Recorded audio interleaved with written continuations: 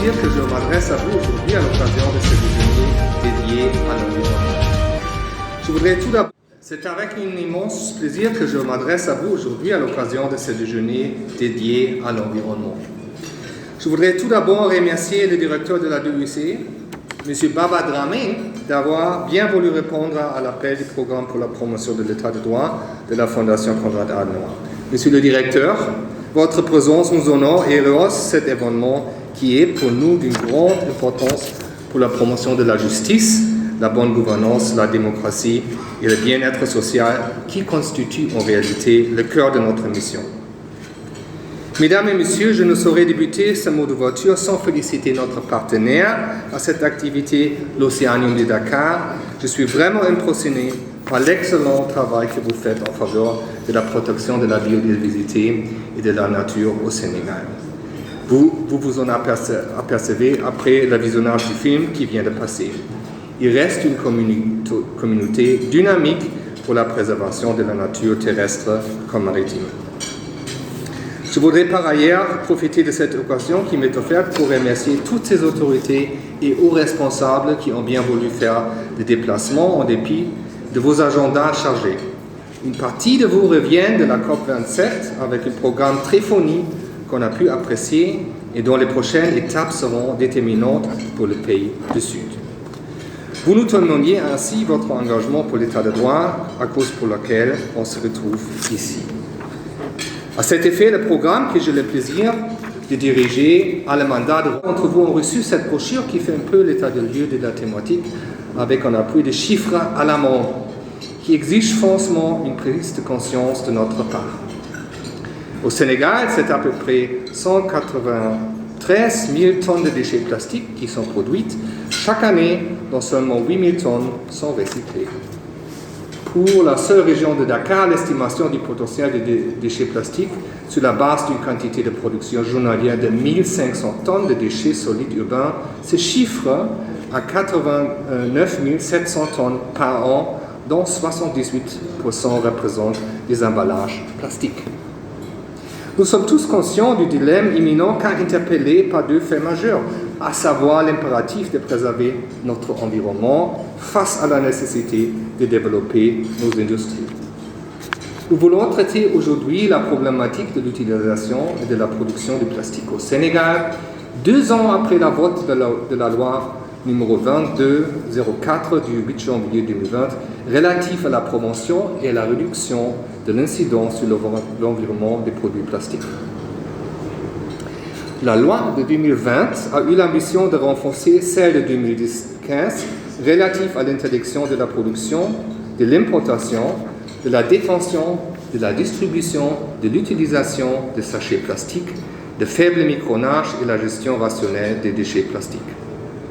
Constatant le faible impact de cette réglementation avec un accroissement sans précédent des déchets, constitués essentiellement de plastique sur la nature, la loi de 2020 interviendra avec une approche systématique, prenant de manière macro toute la chaîne, de la prévention à l'incidence. Vous conviendriez avec moi que nous avons de bons textes, mais là, l'application fait parfois le défaut. L'un des critères déterminants de l'état de droit reste une législation de référence qui guide l'action étatique et des institutions qui sont responsables de l'application des textes de loi. 2 ans après l'intervention de la loi de 2020, le constat reste le même. En plus de plus nocif du plastique sur la santé humaine et animale par l'obstruction des voies de passage d'eau, de l'agriculture, l'élevage et la biodiversité, les sachets plastiques persistent dans la décoration de nos rues, nos forêts, nos plages et côtés.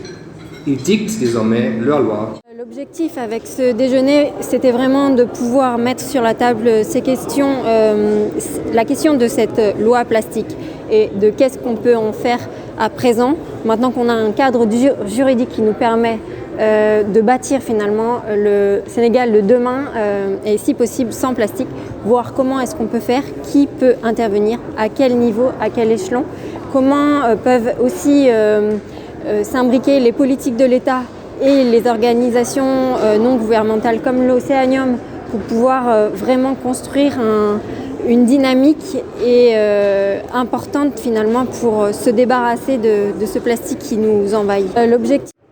Je voudrais d'abord féliciter et remercier la Fondation Konrad Adenauer et Océanium pour avoir organisé ce déjeuner autour de la mise en œuvre de la loi sur le plastique, qui, comme vous le savez, est la matérialisation d'une volonté politique de l'État du Sénégal de lutter contre la pollution plastique qui est un fléau partout à travers le monde.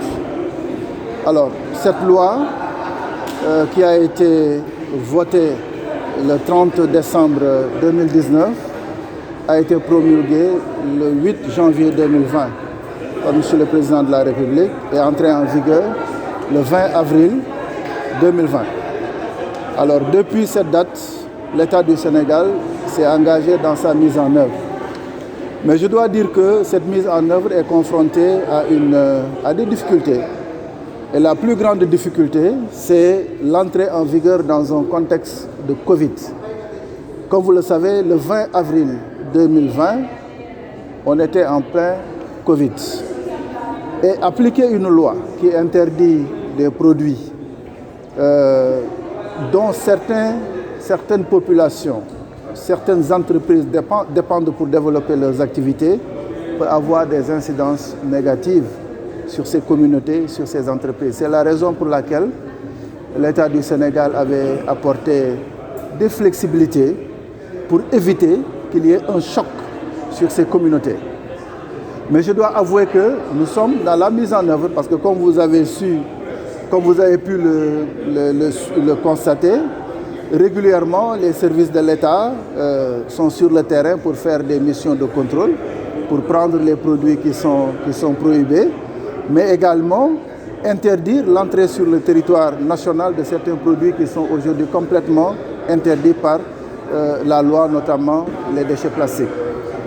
Évidemment, on a parlé également dans les difficultés de l'absence du décret d'application. Il est vrai que la loi prévoit dans ses dispositions un décret d'application et des arrêtés. Mais vous savez, on n'est qu'à 2 ans de mise en œuvre. Et cette loi-là, c'est une loi de la République qui n'est pas prévue pour atteindre les objectifs fixés en 2 ans. Donc nous sommes en train de travailler avec l'ensemble des services de l'État qui sont concernés pour produire les textes qui permettront de renforcer l'application de la loi. Parce qu'il est important de le rappeler, c'est une loi qui entre dans le cadre de la vision du chef de l'État à arriver à 0 déchet au Sénégal. Et comme vous le savez, les déchets plastiques constituent une portion très importante des déchets. Et avec l'application de la loi, on a la possibilité aujourd'hui de réduire cette portion à des niveaux très très bas.